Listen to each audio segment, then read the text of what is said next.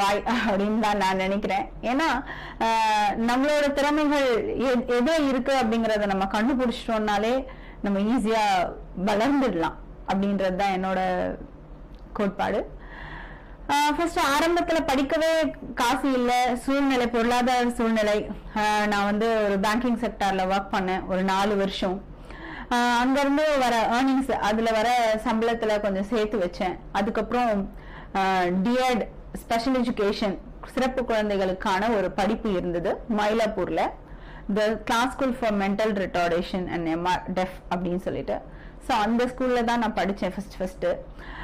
முதல்ல அந்த குழந்தைங்களோட போகும்போது எனக்கு அந்த ஃபீல்டே தெரியாது. ஸ்பெஷல் சில்ட்ரன்னா யாரு, இந்த மாதிரி ஒரு படிப்பு இருக்கா அப்படிங்கறதெல்லாம் பெருசா எனக்கு தெரியாது. இப்ப கூட அந்த மாதிரி அவேர்னஸ் இன்னும் நிறைய பேருக்கு இருக்கா அப்படிங்கறது தெரியல. சிறப்பு குழந்தைகள்னா யாரு அப்படிங்கிற மாதிரி. அண்ட் வந்து இந்த ஃபீல்டே ஒரு